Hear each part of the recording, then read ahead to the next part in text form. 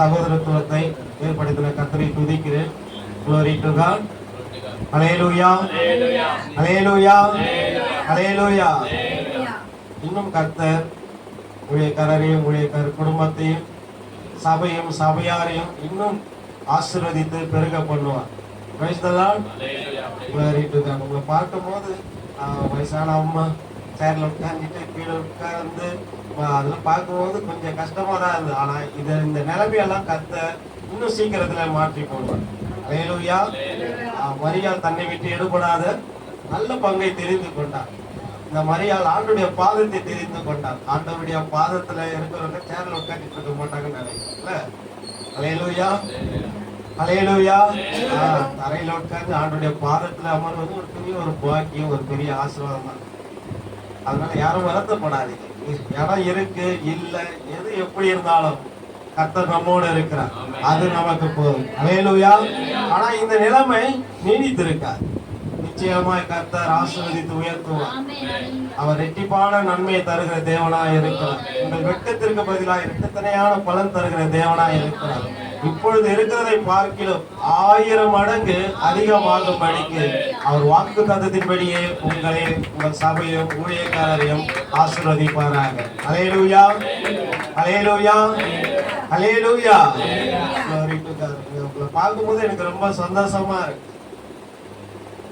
ஒரு பெரிய மகிழ்ச்சியா இருக்கு. ஊழியக்காரர் சபையா உங்க முகத்துல இருக்கிற அந்த சந்தோஷம், அந்த மகிழ்ச்சி, நீங்க ஆண்டவருக்குள்ள இருக்கிற அந்த பக்தி வைராக்கியம் அதெல்லாம் பார்க்கும்போது ஒரு பெரிய ஒரு ஆச்சரியம்.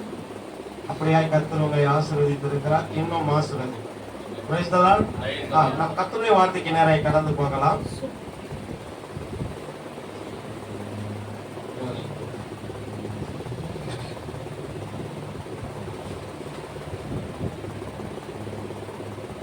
ஏசாயா தீர்க்க தரிசன புஸ்தகம்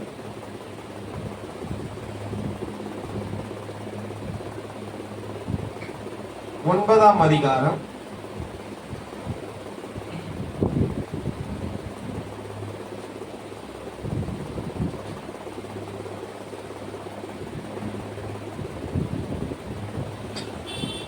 2ஆம் வசனம் வாசிக்கலாம்.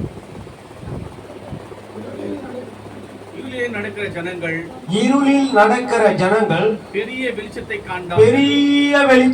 கண்டார்கள். மரண இருளின் தேசத்தில் குடியிருக்கிறவர்களின் மேல் வெளிச்சம் பிரகாசித்தது. ஹல்லேலூயா. நம் கண்களை மூடி ஆண்டவரை நோக்கி பாருங்கள். Glory to God. வேறுமையான பாத்திரம் நான் வேறுத்து தள்ளாமலே நீரம்பி வழியும் பாத்திரமாய் வைரங்க செய்திருமே. வேதத்தில் காணும் பாத்திரமெல்லாம் இயேசுவை போற்றிடுவே. என்னையும் அவ்வித பாத்திரமாய் அணைந்து கொள்ளுமே. குயவனே குயவனே படைப்பின் காரணரே களிமண்ணான என்னையுமே கண்ணோக்கி பார்த்திடுமே. களிமண்ணான என்னையுமே கண்ணோக்கி பார்த்திடுமே. எங்களை அதிகமாய் நேசிக்கும் அன்பின் பரலோக பிதாவே, ஆசீர்வதிக்கப்பட்ட இந்த நல்ல வேலைக்காக நன்றி செலுத்துகிறோம் ஐயா. இருளில் உள்ள ஜனங்கள், இருளில் நடக்கிற ஜனங்கள் பெரிய வெளிச்சத்தை கண்டார்கள். மரண இருளின் தேசத்தில் குடியிருக்கிறவர்கள் மேல் வெளிச்சம் பிரகாசித்தது என்று ஆண்டவரே உமது வார்த்தை சொல்லுகிறது. அப்படியாய் ஆண்டவரே உமது வார்த்தையை கொண்டு ஆண்டவரே நீர் எங்களோடு இடைப்படும், நீர் எங்களோடு பேசும். ஆண்டவரே, உமது வார்த்தையின்படி ஆண்டவரே நாங்கள் ஆசீர்வதிக்கப்பட்டவர்களாய் ஆண்டவரே நீர் ஆசீர்வதித்து நடத்தும். நீர் அப்படியா செய்ய போகும் கிருபைக்காய் நன்றி செலுத்துகிறோம். இயேசு கிறிஸ்துவின் இனிய நாமத்தின் மூலம் வேண்டுதல் செய்கிறோம் ஜீவனுள்ள எங்கள் நல்ல பிதாவே, ஆமென். அல்லேலூயா. மீண்டுமாய் வாசிக்கலாம். இருளில் நடக்கிற ஜனங்கள் பெரிய வெளிச்சத்தை கண்டார்கள். மரண இருளின் தேசத்தில் குடி இருக்கிறவர்கள் மேல் வெளிச்சம் பிரகாசித்தது. அல்லேலூயா, அல்லேலூயா. இருள் என்றாலே நமக்கு தெரியும். இருள்னாலே ஒரு கஷ்டம் தான், ஒரு வேதனை தான். இருள் எங்க இருக்கும், அங்க என்ன இருக்கு? பயம் இருக்கும். இருள் இருக்கிற இடத்துல வேதனை இருக்கும். இருள் இருக்கிற இடத்துல வியாதி இருக்கும். இருள் இருக்கிற இடத்துல தீமை இருக்கும். இருள் இருக்கிற இடத்துல அசுத்தம் இருக்கும். இருள் இருக்கிற இடத்துல பயங்கரமான ஒரு காரியெல்லாம் நடக்கும். இருள் இருக்கிற இடத்துல ஆபத்துகள் நிறைந்திருக்கும். அப்படிப்பட்ட இடத்துல இருக்கிற ஜனங்களுடைய வேதனை, கஷ்டம், துன்பம், துயரெல்லாம் நினைச்சு பார்த்தாலே அது தாங்க கூடாததான் இருக்கு. ஒரு சின்ன ஒரு கடன் பிரச்சனை இருந்தாலே நம்மளால சரியா தூங்க கூட முடியாது. எந்த சமயத்துல கடன்கார கதவை தட்டுவானோ, கேட்பானோ, என்ன பதில் சொல்லுவேனே என்று தெரியாம அதை தவிக்கும் போது இருக்கிற அந்த வேதனை இருக்கு, அதுவும் ஒரு இருள் தான். வியாதியில இருக்கும் போது எனக்கு சுகம் கிடைச்சா நல்லா இருக்கும், இந்த சரீரத்துல காணப்படுகிற இந்த பலவீனத்தினால என்னால வியந்திருக்க முடியல, உட்கார முடியல, நிக்க முடியல, வேலை செய்ய முடியல, என்னுடைய குடும்ப சூழ்நிலை, என்னுடைய குடும்ப கஷ்டம், என்னுடைய குடும்ப பாரம் பெருசா இருக்கிறது, தேவைகள் அதிகமா இருக்கிறது, வேலைக்கு சென்று சம்பாதிக்க கூடாத அளவுக்கு, பிழைப்பு நடத்த கூடாத அளவுக்கு என் சரீரத்துல இப்படிப்பட்ட ஒரு பலவீனம் இருக்கிறதே என்று வீட்டில ஒரு மூலையில ஒரு இருட்டுல முடங்கி இருக்கிறது. அது ஒரு வேதனையான ஒரு காரியமா இருக்கு. பிசாசின் பிடியினால அகப்பட்டு வேதனைப்பட்டு நிம்மதி இல்லாம ஒவ்வொரு நிமிஷமும் கலங்கி தவித்து, அதனால மற்றவர்களுக்கும் குடும்பத்தில் உள்ள ஒவ்வொருவருக்கும் அது சமாதான கேடாய் ஏற்பட்டு, அது சமாதான கேடை உண்டாக்கி பிசாசு அப்படியாய் ஒரு இருளில தள்ளி வாழ்க்கையை சீரழிக்கிற அப்படி ஒரு இருள். எப்படிப்பட்ட இருளில் இருந்தாலும், எப்படிப்பட்ட அது இருளா இருந்தாலும், எப்படிப்பட்ட இருளில் இருந்தாலும் ஆண்டவருடைய வெளிச்சம் பிரகாசித்ததுன்னா, ஆண்டவருடைய ஒளி நம்ம வீசுதுன்னா அங்க ஒரு விடுதலை உண்டு. அல்லேலூயா, அல்லேலூயா, அல்லேலூயா. இருள் இருக்கிற இடத்துலதான் அநேக தீமையான காரியங்கள் நடக்கும், தெரியுமா? ஆனா வெளிச்சம் இருக்கிற இடத்துல எந்த ஒரு தப்பும் நடக்காது, செய்ய மாட்டாங்க. அதனால இருள் இருந்தாலே அங்க நிம்மதி இருக்காது, வேதனை இருக்காது, சந்தோஷம் இருக்காது, சமாதானம் இருக்காது, சுகம் இருக்காது, ஆசீர்வாதம் இருக்காது. ஆனால் அப்படிப்பட்ட இருளில் இருக்கிற ஜனங்கள் மேல் வெளிச்சம் பிரகாசித்தது. இருளில் நடக்கிற ஜனங்கள் மேல் வெளிச்சம் பிரகாசித்தது. கர்த்தருடைய பிள்ளைகளே, நாம் எப்படிப்பட்ட ஒரு இருளில் இருந்தாலும் ஆண்டவருடைய வெளிச்சம் நம்மேல் பிரகாசிக்குமானால் நிச்சயம் நாம் அந்த இருளில் இருந்து விடுதலையாகும். அல்லேலூயா, அல்லேலூயா. இருளில் இருக்கிற ஜனங்களை விடுதலையாக்கும்படியாய் தான் ஆண்டவராகிய இயேசு கிறிஸ்து பூமியிலே மனிதனாய் அவதரித்தார். அவர் பாலகனாய் பிறந்தார். அவர் குமாரனாய் கொடுக்கப்பட்டார். அவர் சர்வ வல்லமையுள்ள தேவனாய் இருக்கிறார். கர்த்தத்துவம் அவர் தோளின் மேல் இருக்கும். அவர் நாமம் அதிசயமானவர், ஆலோசனை கர்த்தர், வல்லமையுள்ள தேவன், நித்திய பிதா, சமாதான பிரபு. அல்லேலூயா, அல்லேலூயா, அல்லேலூயா. இந்த சமாதான பிரபு எல்லா இருளிலிருந்து விடுதலையாக்கும்படியாய் தான் 2000 ஆண்டுகளுக்கு முன்பாக இந்த பூமியிலே பிறந்தார். ஏன்?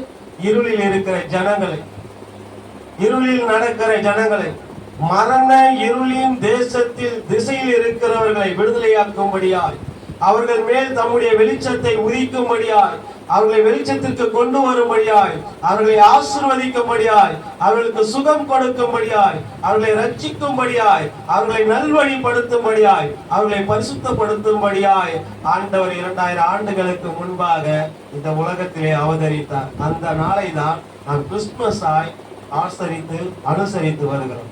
அல்லேலூயா, அல்லேலூயா.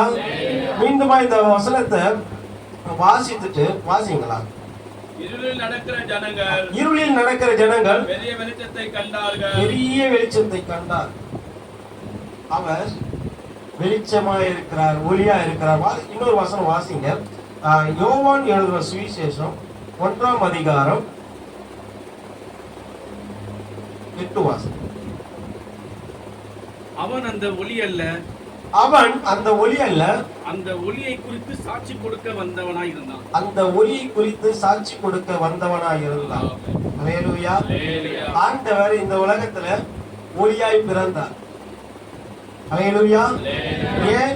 இருளில் இருக்கிற ஜனங்களை விடுதலையாக்கும்படியாய், இருளில் இருக்கிற யாவரையும் ரட்சிக்கும்படியாய் தான் அவர் இந்த உலகத்திலே ஒளியாய் வந்தார். 4ஆம் வசனம் வாசிங்க. அவருக்குள் ஜீவன் இருந்தது, அவருக்குள் ஜீவன் இருந்தது, அந்த ஜீவன் மனுஷருக்கு ஒளியாய் இருந்தது, அந்த ஜீவன் மனுஷருக்கு ஒளியாய் இருந்தது. ஒளியாய் இருந்தது. 12ஆம் வசனம் வாசிக்கலாம். அவருடைய நாமத்தின் மேல், அவருடைய நாமத்தின் மேல் விசுவாசம் உள்ளவர்களாய், விசுவாசம் உள்ளவர்களாய், அவரை ஏற்றுக்கொண்டவர்கள், அவரை ஏற்றுக்கொண்டவர்கள் எத்தனை பேர்களோ அத்தனை பேர்களோ தேவனுடைய பிள்ளைகளாகும்படி, தேவனுடைய பிள்ளைகளாகும்படி அவர்களுக்கு அதிகாரம் கொடுத்தார். அவர்களுக்கு அதிகாரம் கொடுத்தார். ஆமென். அல்லேலூயா. அல்லேலூயா. அவர் இந்த உலகத்திலே ஒளியாய் வந்து இருளில் இருந்து விடுதலை கொடுத்து தம்முடைய பிள்ளையாய் மாற்றுகிறார். அல்லேலூயா, அல்லேலூயா, அல்லேலூயா. ஆண்டவர் இந்த பூமிக்கு வந்தது இருளில் இருக்கிற ஜனங்களை விடுதலையாக்கும்படியாக தான். ஒரு 3 காரியத்தை குறித்து நாம பார்க்கலாம். ஆண்டவர் இழந்து போனதை தேடவும் ரட்சிக்கவுமே வந்தார். பாவிகளை ரட்சிக்கவே கிறிஸ்து இயேசு உலகத்தில் வந்தார். அல்லேலூயா, அல்லேலூயா. இழந்து போனதை தேடவும் பாவிகளை ரட்சிக்கவும் வந்தார். அவர் ஒளியாய் வந்தார். அல்லேலூயா. ஒரு வசனத்தை வாசிக்கலாம். 12ஆம் அதிகாரம்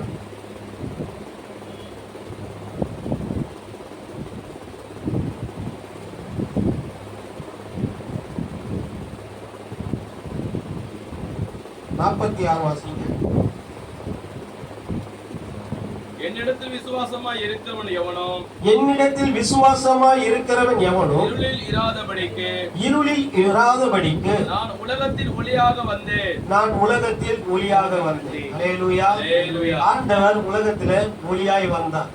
அவரை நம்புற பிள்ளைகள், அவரை விசுவாசிக்கிறவர்களை இருளில் இருந்து அவர் விடுதலையாக்கும்படியாய் ஒளியாய் வந்தார். அல்லேலூயா. வேதத்துல சவுல் என்ற ஒரு மனுஷனை குறித்து சொல்லப்படுகிறது. அந்த சவுல் என்பவன் கர்த்தருடைய பிள்ளைகளை துன்பப்படுத்துகிறவனாய், சபைக்கு விரோதமாய் காரியங்களை செய்கிறவனாய், ஆண்டவராகிய இயேசு கிறிஸ்துடைய நாமத்தை சொல்லுகிறவர்கள், அறிவிக்கிறவர்கள் எல்லாம் சிறைப்படுத்துகிறவனாய், ஒரு கொடிய ஒரு மனுஷனாய் அந்த சவுல் காணப்பட்டார். ஸ்தேவான் என்ற ஒரு பரிசுத்தவான் கொல்லப்படுவதற்கு அவன் ஒரு காரணமாய் இருந்தான். அப்படிப்பட்ட அந்த சவுல் ஒரு முறை அவன் கர்த்தருடைய பிள்ளைகளை சிறைப்பிடித்து ஜனங்கள் எல்லாரையும் வேதனைப்படுத்தும்படியாய், ஜெபிக்கிறவர்கள், இயேசுவின் நாமத்தை தொழுது கொள்ளுகிறவர்கள் யாவரையும் அவன் துன்பப்படுத்தும்படியாய் அவன் கடந்து சென்றான். அப்பொழுது ஆண்டவர் அவனோடு பேசுகிறார். அல்லேலூயா. வாசிக்கலாம் அந்த வசனம். அப்போஸ்தலர் நடவடிக்கைகள்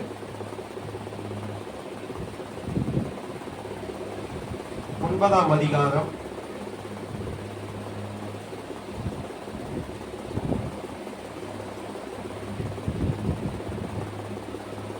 3ஆம் வசனம்.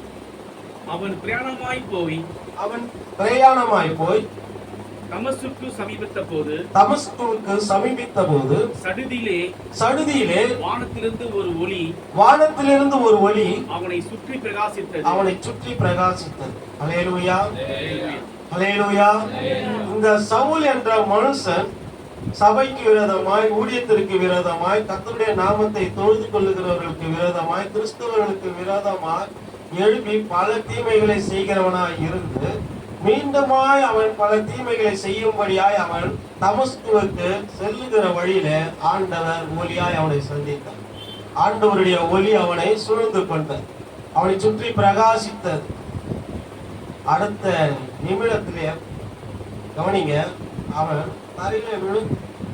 தரையிலே விழுந்து சொல்றது, அவன் ஒரு வாலிபன், அவன் நல்ல பலசாலி, திடகாத்திரம் உள்ளவன்.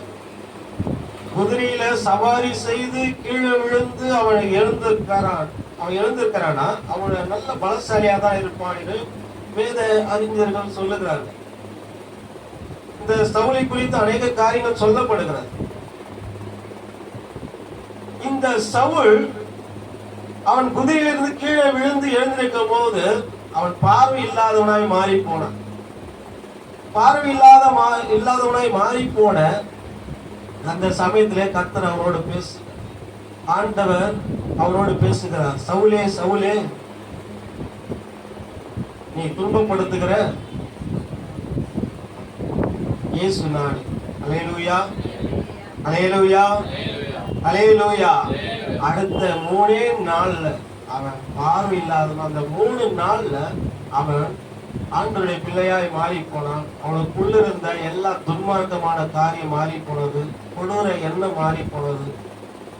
அவன் கடைசி முதிர் வயது வரைக்கும் ஆண்டவருடைய ஊழியத்தை செய்கிறவனாய் இருந்தான்.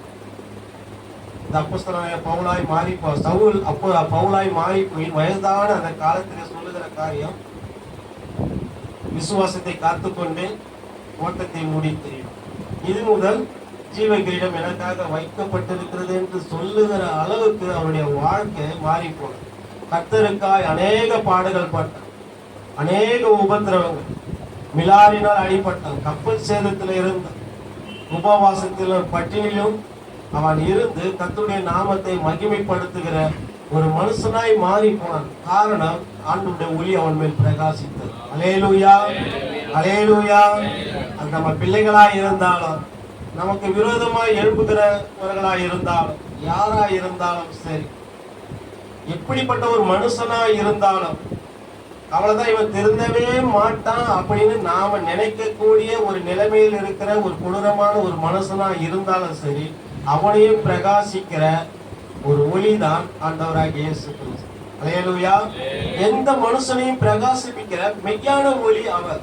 அவரால் கூடாத காரியம் ஒன்றுமில்லை. அவருடைய ஒளி பிரகாசித்ததுன்னா நிச்சயம் எந்த மனுஷனும் மாறி போகணும். அல்லேலூயா, அல்லேலூயா. எந்த மனுஷனையும் ரட்சிக்க முடியாதுதான். இவங்களதான் ரட்சிக்கணும்னு அப்படி அல்ல, எல்லாரையும் ரட்சிக்க முடியாதுதான். ஆண்டவர் இந்த உலகத்துல வந்தார். உங்களுக்கு ஒரு சின்ன ஒரு சாட்சி சொல்ல, அவர் காலை தினத்துல கூட எங்க சபையில சொன்ன, ஆண்டவரை ஏற்றுக்கொள்வதற்கு முன்பாக நாத்திகம் பேசுகிற நண்பர்களோடு சேர்ந்து கடவுள் இல்லை அப்படின்னு சொல்லுகிற ஒரு கூட்டத்தோடு சேர்ந்து அப்படியே நான் பேசிட்டு திரிந்து கொண்டு, அநேக கிறிஸ்தவர்கள் ஊழியக்காரர்கள் அப்படி சொல்லும்போது வாக்குவாதம் பண்ணிட்டு இருப்பேன். அது மாத்திரம் இல்லாம ஒரு பொறுப்பற்றவனா, ஒரு ஊதாரியா, வேலை வெட்டிக்கு போகாம எப்பொழுதும் ஊர் சுத்திக்கிட்டே இருப்பேன். நைட்டு பகலும் ஃப்ரெண்டு கூட தான் சுத்திக்கிட்டே இருப்பேன். நடுராத்திர வீட்டுக்கு போவேன், யாருக்கும் தெரியாம, எல்லாம் தூங்கிட்டு இருப்பேன். அது திருட்டுத்தனமா போயிட்டு சத்தம் வராம அந்த சாப்பாடு இருக்கிற அந்த அந்த தேக்ஸாவை திறந்து சாப்பாடு போட்டு நடுராத்திரி திருட்டுத்தனமா சாப்பிடுவேன். அப்படி ஒரு பொறுப்பு இல்லாதவனா, ஒரு வேலை வெட்டி செய்யாதவனா, போகாதவனா, அப்படிதான் நான் இருந்தேன். அது மாத்திரம் இல்லாம ஆண்டவருக்கு விரோதமான ஒரு காரியங்களை பேசுகிறவனாய், வாக்குவாதம் பண்ணுகிறவனாய், கர்த்தருடைய பிள்ளைகளை பரியாசம் பண்ணுகிறவனாயும் இருந்தேன். ஒரு சில போதை பழக்கத்திலேயே என்ன பண்ற, ஈடுபடுறது. ஒரு சில குடிக்கிற நண்பர்களோட சேர்ந்து குடிக்க ஆரம்பித்து ரொம்ப குடிக்காரனா ஆகிற அந்த ஸ்டேஜுக்கு முன்பாக ஆண்டவரை சந்தித்து ரசித்து விடுதலை கொடுத்தார். ஆனா அது ஆரம்பத்துல கொஞ்சம் கொஞ்சமா அந்த குடிக்க அடிமையா மாறி போகுது, அந்த ஒரு சூழ்நிலை இருந்தது. ஒரு சில நண்பர்கள் பார்ப்பாங்க, ஒயின் ஷாப்ல பார்த்துக்கிட்டு இப்போலாம் நீங்க உன்னை அடிக்கடிக்கு இங்க பார்க்கறதா இருக்கு அப்படின்னு அவங்களே கேட்குற அளவுக்கு தினமும் குடிக்கிற நண்பர்களோட சேர்ந்து அது அது ஒரு பழக்கமாவே எனக்கு மாறி போனது. ஆனா ஆண்டவர் மட்டும் எனக்கு சந்திக்கலாம் நிச்சயமா ஒரு பெரிய குடிகாரனா கண்டிப்பா நான் இந்த உலகத்திலே இருந்திருக்க மாட்டேன் தான் நினைக்கிறேன். அந்த ஸ்டேஜுக்கு போறதுக்கு முன்னாடி ஆண்டவர் என்ன நினைச்சேன். அப்படிப்பட்ட ஒரு குடிக்க அதிகமா ஆகிற அந்த ஒரு நிலைமை இருந்தது. அது மாத்திரம் இல்லாம ஆன்ஸ் பாக்கு அதிகமா போட மாட்டேன். ஆன்ஸ் அந்த போதைப் பொருள் அது அதிகமா உபயோகிப்பேன். யாருக்கும் தெரியாது. மற்றவங்க பாக்கு போட்டா கூட வாயில இருக்கிறது தெரியும். இப்போ பாக்கு போட்டு காப்பீங்க. ஆனா இந்த ஆன்ஸ்ன்ற அந்த ஒரு காரியம் வந்து வாயில இருக்கிறது தெரியாது. அதனால வீட்டுல இருக்கிறவங்களுக்கு தெரியாது, நண்பர்களுக்கு தெரியாது, யாருக்கும் தெரியாது. அது மட்டும் என்ன பண்ணிட்டு இருப்பேன், எப்போதும் வாயில அடக்கி வச்சுட்டே இருப்பேன். அது நாள் ஆக ஆக என்ன ஆயிடுச்சுன்னா நான் அதுக்கு எனக்கே தெரியாம நான் அடிமையாயிட்டேன். எனக்கு திருமணம் ஆக போகுது, நிச்சயம் பண்ணிட்டாங்க. சரி இனிமே இதெல்லாம் விட்டுடணும் அப்படின்னு நான் தீர்மானித்து அதை விடணும்னு நான் முயற்சிக்கும் போதுதான் என்னால விட முடியல. அந்த ஆன்ஸ் பழக்கம் என்னால விட முடியும், ரொம்ப கஷ்டமா இருந்தது. எவ்வளவு முயற்சி செய்தேன். அதுக்காக நீங்கெல்லாம் என்னுடைய தாயாரும் சகோதரிகளும் நண்பர்களும் தன்னுடைய பிள்ளையுமா இருக்கு. அதனால உங்ககிட்ட தைரியம் சொல்றேன், அந்த ஆன்ஸ் பழக்கத்துல நம்ம மறக்கணும், எப்படியாவது நான் விடுதலை ஆகணும் அப்படின்னு நான் விரும்பி என்ன பண்ணேன், வேற ஏதாவது பழக்கத்தை கத்துக்கிட்டா இது விட்டுக்கலாம் அப்படின்னு ஸ்மோக் பண்ணலாம் அப்படின்ட்டு அதை ட்ரை பண்ணேன். அதுலயும் எனக்கு விருப்பம் இல்லாத போயிடுச்சு. சரி வேற ஏதாவது பாக்கு போடலாம் அப்படின்னு நான் என்னுடைய மைண்ட் டைவெர்ட் பண்ணதுக்காக நான் முயற்சி செஞ்சேன். என்னால அதுவும் முடியல. இந்த ஆன்ஸ்ல ரொம்ப அதிகமா நான் அடிமையாயிட்டேன். எப்படியாவது நான் விட்டுடணும் அப்படின்னு தீர்மானித்து ஒரு நாள் அரை மணி நேரம் 1 மணி நேரம் அப்படியே இருந்து ஒரு தடவை மதியம் வரைக்கும் நான் இருந்துட்டேன். என்னால முடியல. மறுபடியும் அந்த ஆன்ஸ்னா இது என்ன சொல்லுவாங்க, இப்போலாம் விற்கிறாங்களா என்ன தெரியும், அதை போட்டுட்டேன். மறுபடியும் எனக்கு கஷ்டமா இருந்தது, எப்படியாவது இது விடணும். ஏன்னா இதனால எனக்கு சரீரத்தை ரொம்ப ரொம்ப ஒல்லியா இருக்கும், எப்பவுமே துப்பிட்டே இருக்கும். சரீரத்துல உடம்புல இருக்கிற சத்தெல்லாம் ஆகாது போயிடும். சரியா சாப்பிட மாட்டேன், 2 மணி ஊர் சுத்திட்டே இருக்கும், ரொம்ப ஒல்லியா இருக்கும். நான் கையெல்லாம் அந்த ஆன்ஸ் போடுறதுனால எனக்கு கையெல்லாம் சரியா நிற்காது, நரம்பு தளர்ச்சி போல இருக்கும். நைட்ல தூக்கம் இருக்காது, தூங்கவும் மாட்டேன். நைட்டெல்லாம் தூங்காம போய்தே விழிச்சிடும். அப்படி இதெல்லாம் சின்ன வயசு, கிட்டத்தட்ட ஒரு 23 22 வயசுலயே 20 வயசுல அது கூட ஒரு சூழ்நிலைக்குள்ள நாங்க கடந்து போயிட்டேன். ஒரு நாள் ஒரு நைட்டு இருந்துட்டேன் அதை போடாம. அது பிறகு என்னால இருக்க முடியல.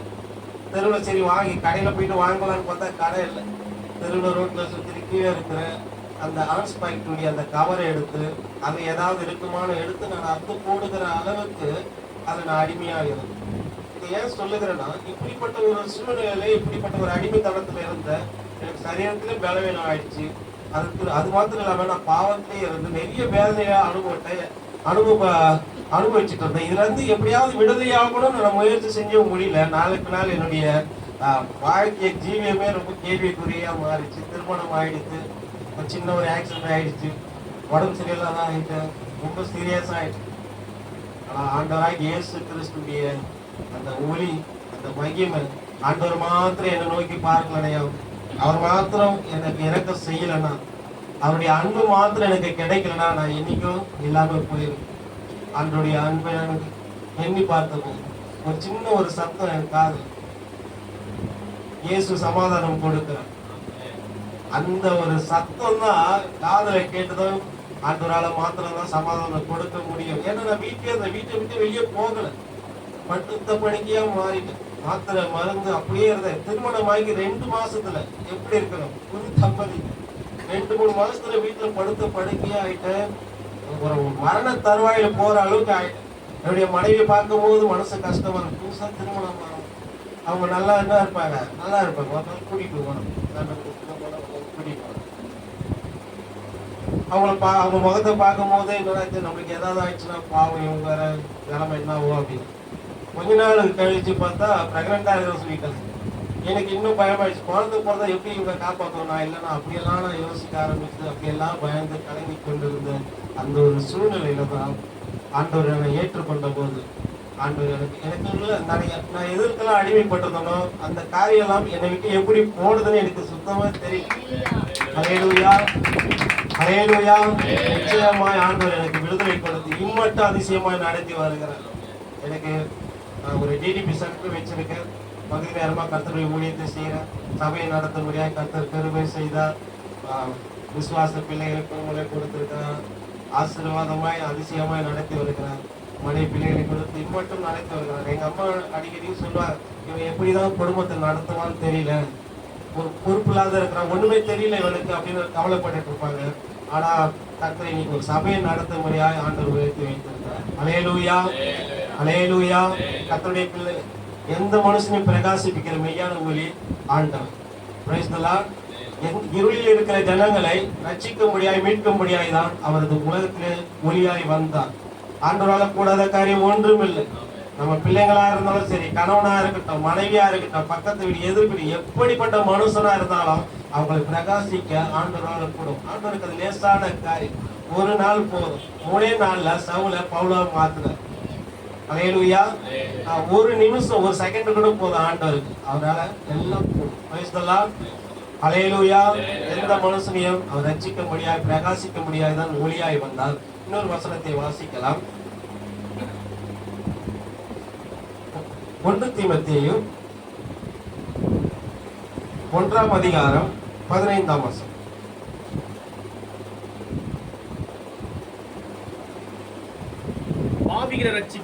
பாவிகளை ரட்சிக்க கிறிஸ்து இயேசு உலகத்தில் வந்தார். கிறிஸ்து இயேசு உலகத்தில் வந்தார் என்கின்ற வார்த்தை ஹல்லேலூயா உண்மையும் எல்லா அங்கீகரிப்புக்கும்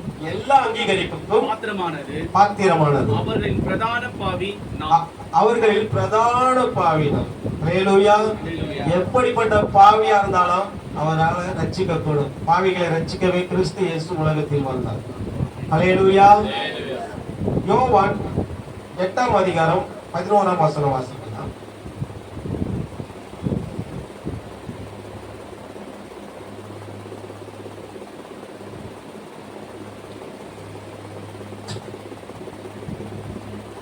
யோவான் 8:11. அதற்கு அவள், இல்லை ஆண்டவரே. இயேசு அவளை நோக்கி, நானும் உன்னை ஆக்கணைக்குள்ளாக தீர்ப்பதில்லை, நீ போ, இனி பாவம் செய்யாதே என்றார். ஹல்லேலூயா, ஹல்லேலூயா. இந்த ஒரு ஸ்திரியை ஆண்டவரிடத்துல கையும் மெய்யுமாய் விபச்சாரத்துல ஈடுபட்டதுனால பிடித்து ஆண்டவரிடத்துல கொண்டு வராங்க. மோசையின் நியாய பிரமாணத்தின்படி அவள் கல்லெறிந்து கொள்ள வேண்டும் என்று ஆண்டவரிடத்துல கொண்டு வராங்க. அந்த ஸ்திரியை பார்த்து ஜனங்கள் எல்லாம் ஆண்டவரிடத்துல சொல்றாங்க, ஆண்டவரே, இந்த ஸ்திரியானவள் பாவியான ஸ்திரீ, மோசையுடைய பிரமாணத்தின்படி இவள் கல்லெறிந்து கொள்ள வேண்டும், இவள் பாவம் செய்யும் போது கையும் மெய்யுமாய் பிடிப்பட்டாள் என்று சொன்ன போது ஆண்டவர் சொல்லுகிறார், உங்களில் பாவம் செய்யாதவன் எவனோ முதலில் அவன் கல்லெறியவன். அப்படி சொன்ன அந்த வார்த்தையினால சுற்றி இருந்தவர்களெல்லாம் இருதயம் எப்படி கடிந்து கொள்ளப்பட்டார். ஹல்லேலூயா. இருதயம் கடிந்து கொள்ளப்பட்டு யாரும் அந்த ஸ்திரீ மேல என்ன பண்ணல, கல் எரியல.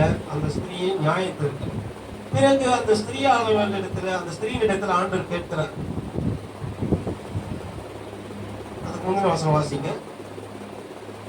இயேசு நிமிர்ந்த அந்த ஸ்திரியை தவிர வேறு ஒருவரையும் காணாமல், ஸ்திரீயே, உன்மேல் குற்றம் சாட்டினவர்கள் எங்கே? ஒருவனாகிலும் உன்னை ஆக்கினைக்குள்ளாக தீர்க்கவில்லையா என்றார். அதற்கு அவள் இல்லை ஆண்டவரே என்றார். ஹல்லேலூயா, ஹல்லேலூயா. பாவத்தின் நிமித்தம் அநேக தண்டனைகள் நியாயத்திற்கெல்லாம் உண்டு. பாவம் செய்கிற ஆத்மா சாகும். பாவம் செய்கிறவன் நிச்சயம் கொல்லப்பட வேண்டும். அதுக்கு உண்டான தண்டனை அதுதான். ஆனா அப்படிப்பட்ட தண்டனையில் இருந்தும், அந்த பாவத்தில் இருந்தும் ஆண்டவர் விடுதலை கொடுக்கும்படியாய்தான் இந்த உலகத்தில் வந்தார். ஹல்லேலூயா. எப்படிப்பட்ட பாவியா இருந்தாலும் சரி, யாரா இருந்தாலும் சரி, ஆண்டவரிடத்துல மாத்திரம் வந்து, ஆண்டவரே எனக்கு இறங்குமே அப்படி என்று நம்ம ஆண்டவரிடத்துல கெஞ்சுவோமானால், ஆண்டவரிடத்துல நாம் ஆண்டுடைய பாதத்தை பற்றி கொள்வோமானால், ஆண்டரை விசுவாசிப்போமானால், நிச்சயமாய் அந்த பாவத்திலிருந்து அவர் விடுதலை தருகிறவராய் இருக்கிறார். பாவத்திலிருந்து விடுதலை தரும்படியாய் தான் ஆண்டவர் இந்த உலகத்தில் வந்தார். அல்லேலூயா, அல்லேலூயா. உலகத்துல எதுல இருந்து வேணா என்ன பண்ணலாம், மீண்டு வந்துடலாம். பாவத்திலிருந்து விடுதலை ஆகவே முடியாது. பாவத்தை போக்குறதுக்கு ஒரு வழி இந்த உலகத்திலேயே கிடையாது. வானத்திற்கீழங்கு மனுஷருக்குள்ளாக நாம் ரட்சிக்கப்படும்படிக்கு அவருடைய நாமமே அல்லாமல் வேறொரு நாமம் கட்டளையிடப்படவில்லை. அல்லேலூயா, அல்லேலூயா, அல்லேலூயா. பாவத்திலிருந்து விடுதலையாக்கும்படியாய் ரட்சிக்கும்படியாய் தான் ஆண்டவர் வந்தார். லூக்கா 7ஆம் அதிகாரம் 38 வாசிங்க.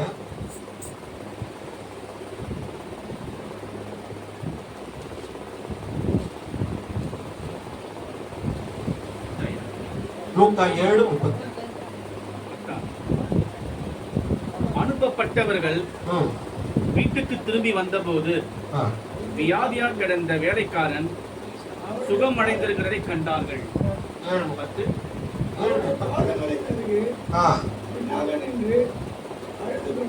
அழுது கொண்டு அவருடைய பாதங்களில் அருகே பின்னாக நின்று அழுது கொண்டு அவருடைய பாதங்களை தன் கண்ணீரினால் நனைத்து தன் தலை மயிரினால் துடைத்து அவருடைய பாதங்களை முத்தம் செய்து பரிமள தைலத்தை பூசினார். அடுத்து வாசிங்க. அவரை அழைத்த பரிசேயர் அதை கண்டபோது அவர் திருகசியாய் இருந்தார். தம்மை தொடுகிற ஸ்திரீ இன்னாரென்றும் எப்படிப்பட்டவள் என்றும் அறிந்திருப்பார். இவள் பாவியாய் இருக்கிறாளே என்று தனக்குள்ளே சொல்லிக் கொண்டார். ஒரு பாவியான ஒரு ஸ்திரீ ஆண்டவரிடத்துல வருகிறார். எல்லாம் தெரிந்து கொள்ளுங்க, கவனிங்க. அந்த ஸ்திரீயானவள் ஆண்டவருடைய பாதத்துல வந்து விலையேற பெற்ற அந்த தைலத்தை அதை உடைத்து ஆண்டவருடைய சிரசிலே ஊற்றுகிறார். தன் கண்ணீரினால் ஆண்டவருடைய பாதத்தை நனைக்கிறார். தன் தலை முடியினால ஆண்டவருடைய பாதத்தை துடைக்கிறார். ஆண்டவர் சொல்லுகிறார், இவள் அதிகமாய் அன்பு கூர்ந்தாள். யார் அதிகமாய் அன்பு கூறுகிறார்களோ அவர்களுடைய பாவம் அதிகமாய் மன்னிக்கப்படுகிறது. அல்லேலூயா, அல்லேலூயா. ஆண்டவருடைய பாதத்தை மாத்திரம் நாம் உறுதியாய் பற்றி கொள்வோம். நம் கண்ணீரினால் ஆண்டவருடைய பாதத்தை நினைப்போமானால் வேதம் சொல்லுகிறது, நம்முடைய கண்ணீர் எல்லாம் வீண் போகவே போக. கண்ணீர் எல்லாம் அவர் துருத்தில வைத்திருக்கு. அல்லேலூயா, அல்லேலூயா. ஆண்டவர் நிச்சயமாய் அதற்கு பதில் தருவார், அதற்கு உண்டான பலனை தருவார். Price the Lord. இந்த ஸ்திரீயானவள் அப்படியாய் ஆண்டவருடைய பாதத்தை கண்ணீரினால் நனைத்து தன் தலை மயிரினால் துடைத்து ஆண்டவருடைய பாதத்தை முத்தம் செய்தார். அவள் பாவத்திலிருந்து விடுதலை பெற்றார். கர்த்தரிடத்தில் அன்பு கூறுவோமானால் நிச்சயமாய் பாவத்திலிருந்து அவர் விடுதலை தருகிறவராய் இருக்கிறார். உலகத்துல அன்பு கூர்ந்து உலக பிரகாரமான காரியம் இன்னைக்கு அநேகர் அப்படிதான், சிறியோர் முதல் பெரியோர் வரை அநேகர் உலக பிரகாரமான காரியங்கள்ல தான் என்ன பண்றாங்க, அன்பா இருக்கிறாங்க. அவங்களுக்கு பிடித்தது செல்போன், டிவி, சினிமா, நண்பர்கள், நல்ல காமெடியா பேசுறது, ஜோக் அடிக்கிறது, கமெண்ட் பண்ணுறது, மேக்கப் போடுறது, நல்ல ட்ரெஸ் உலக பிரகாரமான ட்ரெஸ் போடுறது, கவர்ச்சியா ட்ரெஸ் போடுறது, சண்டை போடுறது, ரவுடித்தனம் பண்ணுறது, கொள்ளை அடிக்கிறது, வீம்பு பேசுறது, அநேக காரியங்கள் அன்பு கூறுகிறதுனால தான் அப்படி நடக்கிறாரு. ஆனா ஆண்டவரிடத்துல அன்பு கூர்ந்து பாரு. ஆண்டவரிடத்துல அன்பு கூறும் போது நிச்சயமாய் ஆண்டவர் எப்படிப்பட்ட பாவமா இருந்தாலும் எப்படிப்பட்ட சாபமா இருந்தாலும் அதிலிருந்து அவர் விடுதலை தருகிறவராய் இருக்கிறார். அல்லேலூயா. இன்னொரு வசனத்தை வாசிக்கலாம். லூக்கா எழுதின சுவிசேஷம் 19ஆம் அதிகாரம் 10ஆம் வசனம்.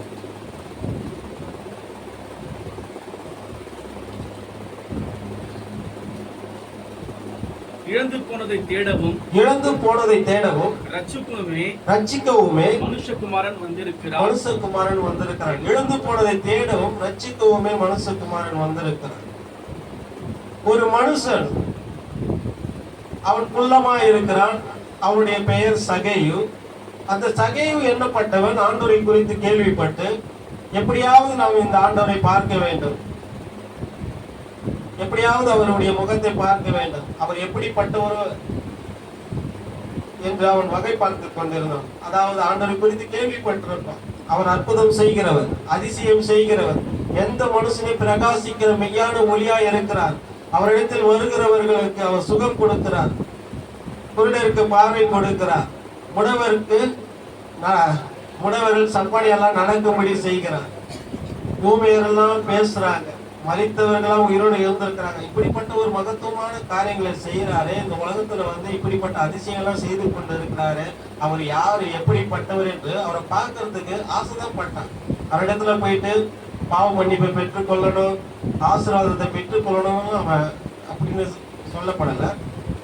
அவர் எப்படி இருக்கிறாரோ, அவர் எப்படிப்பட்டவர் என்று பார்க்க தான் அவன் விரும்பி ஆண்டவரிடத்துல போகும்போது ஆண்டவரை சுற்றி ஜனக்கூட்டம் இருந்தபடினால, அவன் குள்ளனா இருந்தபடினால் ஆண்டவரை பார்க்க முடியவில்லை. ஆண்டவர் இவ்வழியாய் வருகிறார் என்று அவன் அறிந்து அருகில் இருக்கிற மரத்தின் மேல் ஏறி அங்கே காத்திருந்தான். ஆண்டவர் இந்த வழியாய் வரும்போது நம்ம மரத்து மேல இருந்து அவருடைய முகத்தை பார்க்கலாம். ஏன்னா அவன் குள்ளமா இருக்கிறதுனால ஜனக்கூட்டத்துல பார்க்க முடியாது. அவனை காட்டிலும் ஆண்டவர் சூழ்ந்து இருக்கிறவர்களும் உயரமா இருந்தபடினால அந்த ஜனக்கூட்டத்தில் இருக்கிற ஆண்டவருடைய முகத்தை பார்க்க முடியாது என்பதற்காக அவன் மரத்தின் மேல் ஏறி காத்திருந்தான். ஆனா அந்த மரத்தாடு அண்டையில் வந்த ஆண்டவர் சகையை பார்த்து, சகையவே நீ இறங்கி வா என்று சொன்னார். சகைவுக்கு மிகுந்த ரொம்ப சந்தோஷம். ஆண்டவரை பார்க்கணும்னு நினைச்சேன், பார்த்துட்டேன். ஆனா என்னுடைய பேரு அவர் சொல்லுகிறாரு அப்படின்னு ஒரு ஆண்டவர் எடுத்து அவன் ஆசையாய் வருகிற போதுதான் அவரை சுற்றி இருந்தவர்கள் எல்லாம் சொல்லுகிறார்கள், ஆண்டவரே இவன் ஒரு பாவியான மனுஷன் அப்படி சொன்னது அவனுக்கு கஷ்டமாயிடுச்சு. ஆண்டவர் இடத்துல நம்மளுக்கு குறித்து என்ன சொல்லிட்டாங்க, இப்படி சொல்லிட்டாங்க, பாவின்னு சொல்லிட்டாங்க, இது தப்பு பண்ணிட்டான்னு சொல்லிட்டாங்களே, ஆண்டு நம்ம இடத்துல பேச மாட்டாரோ, நம்ம விட்டு போயிடுவாரோ அப்படின்னு தரக்கத்துல இருந்தவன் ஆண்டவரே நான் யாரிடத்திலாயிரும் அநியாயமாய் வாங்கியிருந்தால் அதை நாளத்தனையாய் திருப்பி கொடுக்கிறேன். என்னுடைய ஆஸ்தியை நான் என்ன பண்றேன், பாதிய ஏழைகளுக்கு கொடுக்கிறேன். ஆண்டவரத்துல அறிக்கை செய்யற, ஆண்டவரத்துல ஒப்புரவறான். ஏன்னா ஆண்டவர் நீங்க மாத்திரம் எனக்கு வேணும், வேற எதுவுமே தேவையில்லை ஆண்டவர் சொல்லி ஆண்டவர் இடத்துல அவன் விசுவாசமாய் அவன் அன்பு கூர்ந்தான். அல்லேலூயா, அல்லேலூயா, அல்லேலூயா. ஏன்னா ஆண்டவர் நம்மோடு இருக்கிறது, நம்மை நேசிப்பதற்கு, நம்ம இடத்துல அன்பு கூறுவதற்கு, நம்முடைய வீட்டிற்கு வருவதற்கு, அவருடைய பிரசன்னம் நம்மோடு இருப்பதற்கு ஏதாவது ஒரு தடை இருக்குன்னா அந்த தடையை ஃபர்ஸ்ட் எடுத்து போடுறதுக்கு இந்த சகை ரெடியா இருந்தான். அது பிரச்சனையா இருக்கா, நான் யார் இடத்துல அநியாயமா வாங்கிதான் அதை கொடுத்துட்றேன், ஏமாத்திருந்தா கொடுத்துட்றான் எல்லாமே அறிக்கை செய்தான். பாவங்கள் எல்லாம் அறிக்கை செய்கிறவனாய் காணப்பட்டான். ஆண்டவர் சொல்லுகிறார், இந்த வீட்டிற்கு ரட்சிப்பு வந்தது. அல்லேலூயா. இழந்து போனதை தேடவும் ரட்சிக்கவுமே மனுஷகுமாரன் வந்திருக்கிறார். அல்லேலூயா. இந்த உலகத்துல இந்த சகையை போல நல்ல வசதி எல்லாமே இருக்கலாம், ஆனா சந்தோஷம் சமாதானம் இல்லாத சூழ்நிலை இருக்கலாம். ஆண்டவர் சந்தோஷம் சமாதானத்தை கொடுக்கும்படியா இந்த உலகத்தில் வந்தார். நம்ம எது இழந்தோமோ, சின்ன வயசுல இருந்த அந்த சந்தோஷம் ஜாலி, சின்ன வயசுல இருந்தோமோ எவ்வளவு மகிழ்ச்சியா இருந்தோம். என்னுடைய வேதனை யாருக்கு தெரியும், யாருக்கு என்னுடைய நிலைமை புரிய இருக்கலாம். நம்ம எதெல்லாம் இழந்தோமோ எல்லாமே ஆண்டவர் என்ன பண்றாரு, அவன் திருப்பி கொடுக்கிறவரா இருக்கிறார். அது மாத்திரம் இல்லாம அவர் தம்முடைய பிள்ளையாய் மாட்டி ரட்சிக்க அவர் வல்லவராக இருக்கிறார். அல்லேலூயா. ஆண்டவர் உண்டாக்கின ஆதி மனுஷன் ஆதாம் எப்படி உறவு விட்டு போனதோ அதை புதுப்பிக்கும்படியாய், மீண்டுமாய் அதை ரட்சிக்கும்படியாய், தமக்கு சொந்தமாக்கும்படியாய் ஆண்டவர் இந்த உலகத்துல வந்து பிசாசுடைய பிடியிலிருந்து, அவருடைய அதிகாரத்திலிருந்து நம்மை விடுவித்தார். எழுந்து போனதை தேடவும் ரட்சிக்கவுமே மனுஷன் குமாரன் வந்திருக்கார். அல்லேலூயா. அவர் ஒளியாய் வந்தார், பாவிகளை ரட்சிக்கும்படியாய் வந்தார், எழுந்து போனதை தேடும் ரட்சிக்கவுமே வந்திருக்கிறார். எந்த மனுஷனையும் பிரகாசிக்கிற மெய்யான ஒளி. மீண்டுமாய் அந்த வசனத்தை வாசிப்போம். ஏசாயா புஸ்தகத்துல 9ஆம் அதிகாரம் 2ஆம் வசனம்.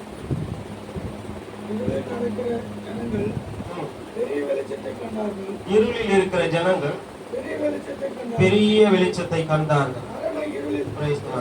இருளில் இருக்கிற ஜனங்கள் பெரிய வெளிச்சத்தை கண்டார். அவர் தான் வெளிச்சமா இருக்கு, அவர் தான் ஒளியா இருக்கிறார். நம்ம அவரை நோக்கி பார்க்கும் போது அவருடைய வெளிச்சம் நம்ம பிரகாசிக்கும். நாம் செய்ய வேண்டிய காரியம் ஆண்டவரை நோக்கி பார்க்கணும். எந்த மனுஷனையும் பிரகாசிப்பிக்கிற அந்த மெய்யான ஒளியை நாம் நோக்கி பார்க்கிறவர்களா இருக்க வேண்டும். நான் அவரை தான் நம்பி இருக்கிறேன், நான் அவரை தானே நோக்கி பார்க்கிறேன், எனக்கு எதுவும் நடக்கல அப்படின்னு ஒருவேளை நம்ம சொல்லலாம். ஒன்றை மாத்திரம் தெரிந்து கொள்ளுங்க, நாம் கண்களை மூடி ஆண்டவர் உண்மையாய் நோக்கி பார்த்த ஆண்டவரே, எந்த மனுஷனையும் பிரகாசிப்பிக்கிற மெய்யான ஒளி என்று ஒரு வார்த்தை சொல்லுகிறது ஆண்டவரே. அவர்கள் அவரை நோக்கி பார்த்து பிரகாசம் அடைந்தார்கள் என்று ஒரு வார்த்தை சொல்லுகிறது ஆண்டவரே. இருளில் நடக்கிற ஜனங்கள் பெரிய வெளிச்சத்தை கண்டார்கள் என்று ஆண்டவரே ஒரு வார்த்தை சொல்லுகிறது. இந்த வேளையிலும் ஆண்டவரே, ஒளியாக தேவனே, நீ இந்த உலகத்தில் ஆண்டவரை இருள் நீக்கும்படியாய் ஒளியாய் வந்து நாங்கள் இந்த வேளையை உங்களை நோக்கி பார்க்கிறோம் என்று சொல்லி நம் கண்களை மூடி ஆண்டவரை நோக்கி பார்ப்போம். ஆண்டவரே, என்னுடைய வாழ்க்கையில் ஆண்டவரே, என் குடும்பத்துல, என் தனிப்பட்ட ஜீவியத்தில் ஆண்டவரே, இப்படிப்பட்ட ஒரு இருள் காணப்படுகிறது ஆண்டவரே. என் குடும்பத்தில் ஆண்டவரே, இப்படிப்பட்ட ஒரு இருள் இருக்கிறது ஆண்டவரே. சமாதானம் இல்லாத ஒரு இருள் ஆண்டவரே. அப்பா பிதாவே, உமது வெளிச்சம் ஆண்டவரே என் குடும்பத்துல உதிக்கட்டும் ஆண்டவரே. எனக்குள்ள ஆண்டவரே அநேக கவலைகள், பயங்கள், வேதனைகள் நிறைந்திருக்கிறதா ஆண்டவரே. ஆண்டவரே, நான் அநேக காரியங்களை குறித்து இது என்னவா முடியுமோ என்று கலங்கி கொண்டு இருக்கிறேன் ஆண்டவரே. உம்முடைய ஒளி ஆண்டவரே எனக்குள்ள ஆண்டவரே பிரகாசிக்கட்டும் ஆண்டவரே. ஆண்டவரே, சவுலை பவுலாய் மாற்றினார் ஆண்டவரே. ஆண்டவர் உம்மை தேடி வகை தேடின அந்த மனுஷனுக்கு ஆண்டவரே நீ ரட்சித்து ஆண்டவர் உமது பிள்ளையாய் மாற்றினார் ஆண்டவரே. பாவியான ஒரு ஸ்திரீ ஆண்டவரே நீ ரட்சித்து பரிசுத்தப்படுத்தினார் ஆண்டவரே. ஆண்டவரே, இந்த வேளையும் நாங்களும் உம்மை நோக்கி பார்க்கிறோம் ஐயா. ஆண்டவரே, எங்களுடைய குடும்பத்துல ஆண்டவரே இருள் என்ற ஆண்டவரே வறுமை என்ற இருள் இருக்கிறது அப்பா. இல்லாமை என்ற இருள் இருக்கிறது ஆண்டவரே.